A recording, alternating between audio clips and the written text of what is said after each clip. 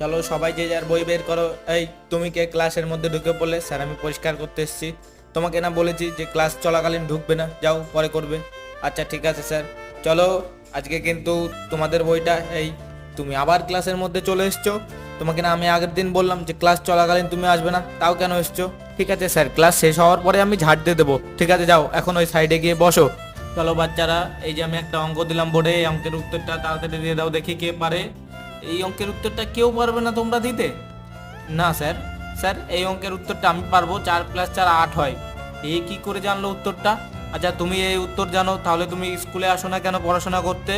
তোমরা যদি মাকে বেশি ভালোবাসো একটি লাইক করো, বাবাকে বেশি ভালোবাসলে একটি কমেন্ট করো, আর দুজনকেই ভালোবাসলে অবশ্যই আমাদের চ্যানেলটি সাবস্ক্রাইব করো। স্যার আমি আগে স্কুলে আসতাম, কিন্তু আগে যেই স্যারটা ছিল সেই স্যার আমাকে স্কুলে আসতে বারণ করেছে। কেন তোমাকে স্কুলে আসতে বারণ করেছে কেন?